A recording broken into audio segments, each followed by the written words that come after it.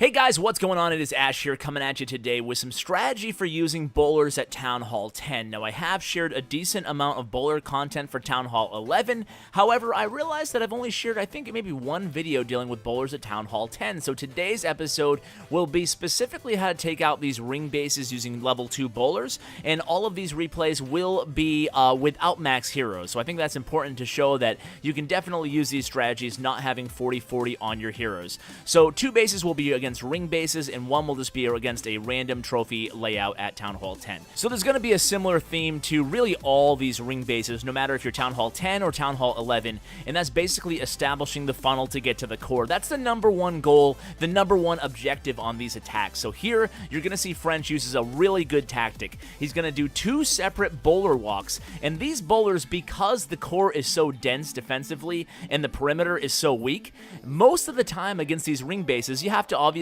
make sure that you're not going into a specifically super heavy area, but most of the time, these bowlers around the perimeter will actually be able to stay alive the entire raid, because 3 healers is enough. Because the defense is so dense in the center, the core is relatively weak. So you can see these bowlers doing well against around the perimeter, and that's all you have to do.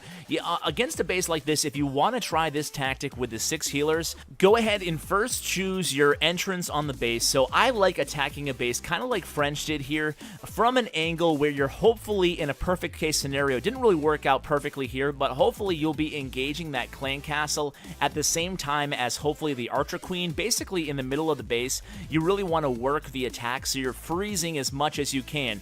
Ideally, a multi-target inferno tower, the enemy queen, and the clan castle troops as you go ahead and poison them.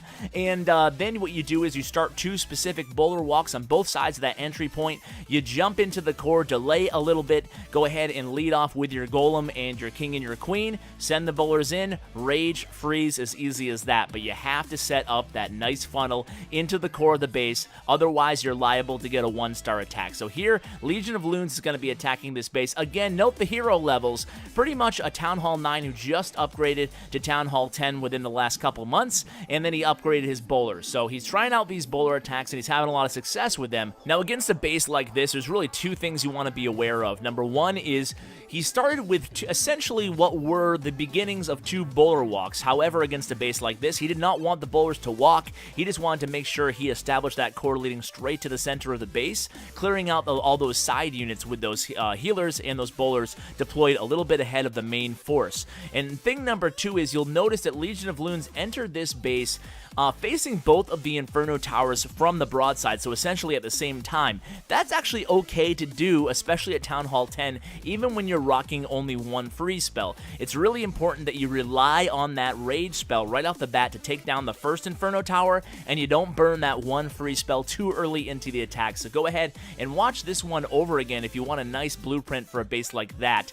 Another popular base design. And speaking of popular base designs, this is the more traditional 4-corner ring base here, attacked by Emok, a great attacker from Battle Elite. Emok, I noticed, always starts out with a lure, and he's really smart. He brings 1 hog and 1 giant, the giant to tank a little bit, and that hog to finish off the lure. Sometimes in an area where you'd normally bring 3 hogs to execute that trigger on the clan castle, you only actually need 1 giant and 1 hog, saving you 5 army space. Why not, right? So he goes ahead and he lures. He uses the Queen Royal Cloak ability to take care of the clan castle. It's good value here because you'll notice he's only still used 10 troop space, plus obviously the Queen Walk and the funnel going on, but as far as getting rid of that clan castle, only costs him 10 troops and an Archer Queen ability. That's not bad value at all. So he's going to go ahead and use the same principle we saw on the first attack, right? So you want to make sure you're hitting the base in 3 areas, essentially, on any of these ring bases, no matter if you're using bowlers or you're using Valkyries. In one corner, you're going to have your queen doing a queen walk. In another corner, you're going to have your bowlers clearing out that area.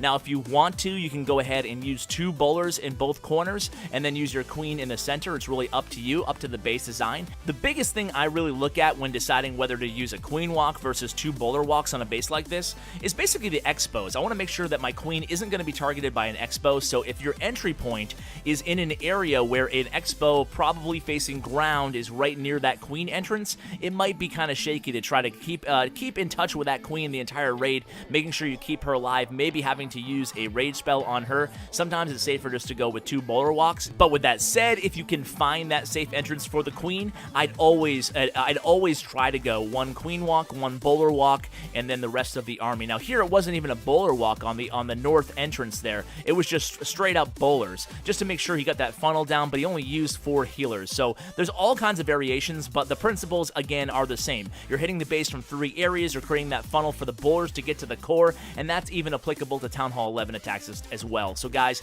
wishing you the best of luck in your bowler attacks at Town Hall 10. Hope this video was helpful. Let me know in the comments below, and as always, take care, guys.